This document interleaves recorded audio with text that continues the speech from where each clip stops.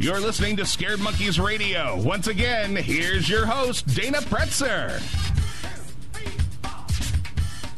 Okay, we're back and our continuing investigation into the third year of the disappearance of Natalie Holloway on the island of Aruba. And, of course, over the years, our go-to guy in Aruba is the managing editor of Diario, Jossie Mansour. Welcome back to the program, Jossie. Thank you. It's been 3 years. You and I have interviewed many times on this program. Did you ever think that 3 years later we'd still be talking about this case? Well, that we're talking about it is a surprise to me because it should have been solved from the beginning. The thing is that it was so badly mishandled that we're 3 years into the investigations and still we don't have anything positive has come out of it. It seems like the information that comes out, we seem to see it, we get excited about it, and then all of a sudden it disappears. And that goes right down to the confession on the DeVries program, to the arrests and rearrests. But there's been some information recently that your paper has reported on, and there was a single shoe found, and many of my listeners have emailed me asking me to ask you to clarify the story about the shoe that was found and any possible connection to this case. Well, that shoe was found by someone else, and they called in, and one of our reporters, a star reporter of ours, went there. He took a photo of the shoe. The shoe is very similar to the shoes that Yoran normally wears. He called in to the police. The police went the next day, picked up the shoe, and they still have it. So what they're doing with it, we don't know. We plan to call them again very soon. We're just giving them the sufficient time to investigate whatever they're going to investigate with regards to the shoe. But it does seem very similar to the shoes that Yoran normally wears. Do you have any idea as far as the size of the shoe, Jossie? No, we don't. We asked the police to tell us, and we're still waiting for an answer. Now, your reporter, did he have any opinion as far as the shoe? Were there any stains or anything on the shoe that may have been, unusual? No, I haven't spoken to him about that, but I would imagine that after 3 years of the weather, sun, rain, everything, whatever was on that shoe could have been washed away a long time ago. The similarity would match if the sizes match, and if someone recognizes the shoe as belonging to Yoran, because he himself will never recognize it. Oh, absolutely. Now, where, just to clarify for my audience, Jossie, was the shoe found? It was found, very near the lighthouse. It was found to the west of the lighthouse towards the ocean.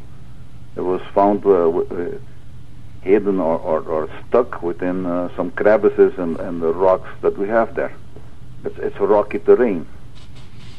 Has that area been searched previously for Natalie? Are there caves or any sort of crevices that maybe were just never looked at before? I know the island was gone over from stem to stern many times, but this does seem interesting when the shoe is found.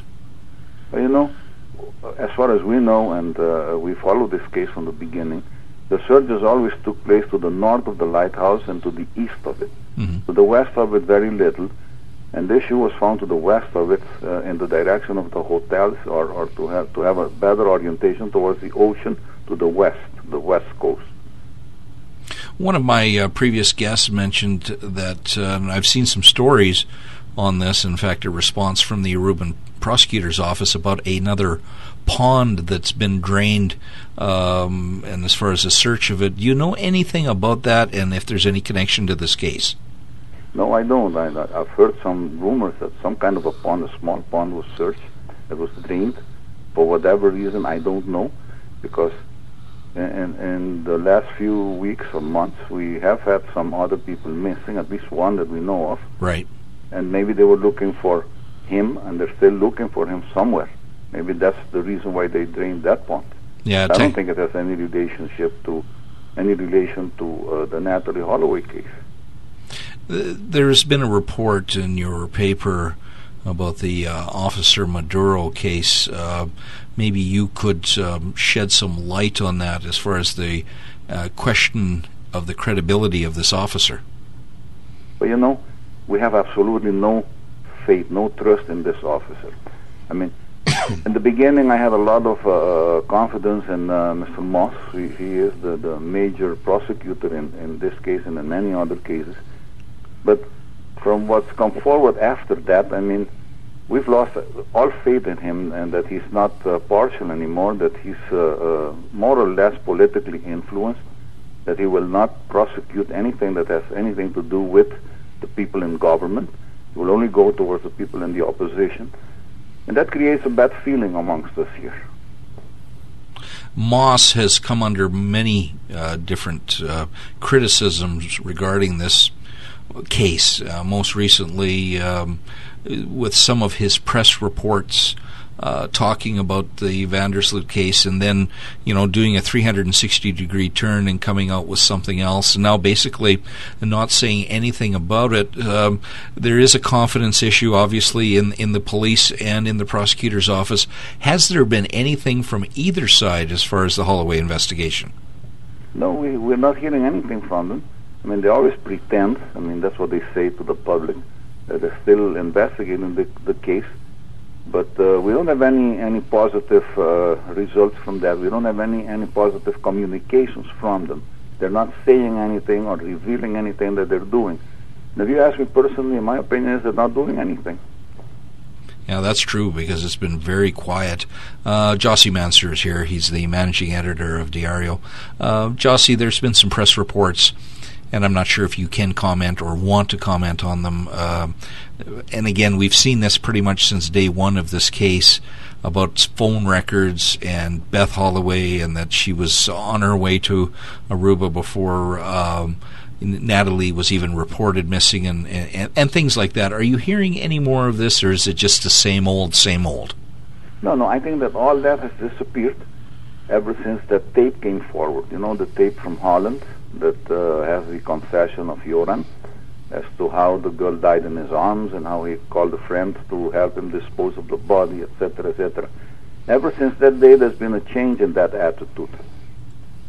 So they're not talking anymore. There's no negative sounds or noises coming from anyone or anywhere with regards to Beth or the rest of the Holloway family.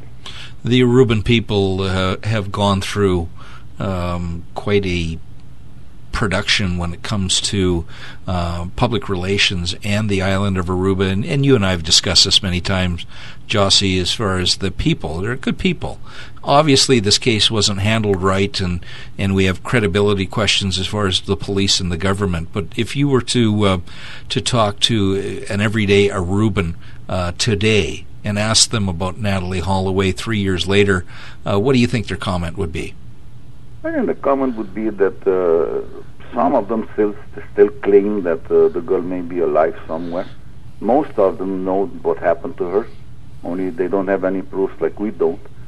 So I think that their attitude towards it has changed quite a bit ever since they saw the confession of Joran. They don't hold the family responsible anymore for anything except the boycott that they're always mentioning.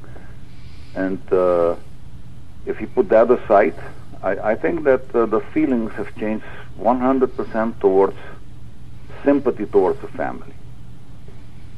Yeah, absolutely. Jossie Mansour from Diario, thank you, sir. You're welcome. Take care. Bye-bye. Bye-bye. Well, here we are 3 years later, and we have about 3 minutes left in the program. Time for one call, 1-306-842-7884. Certainly a different perspective from each one of my guests this evening. The confidence of Artwood that there will be closure to the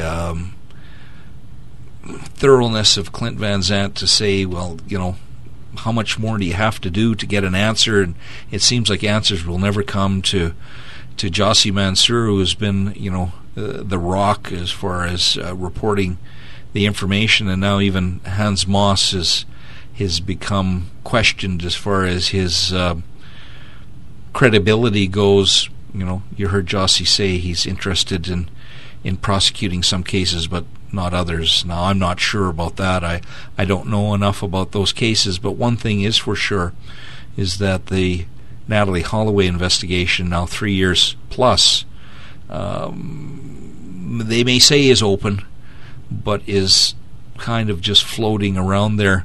Do we all hope that there will be breaking news on Scared Monkey someday, that Natalie is found and this case is going to court? Absolutely. We can't argue with that at all.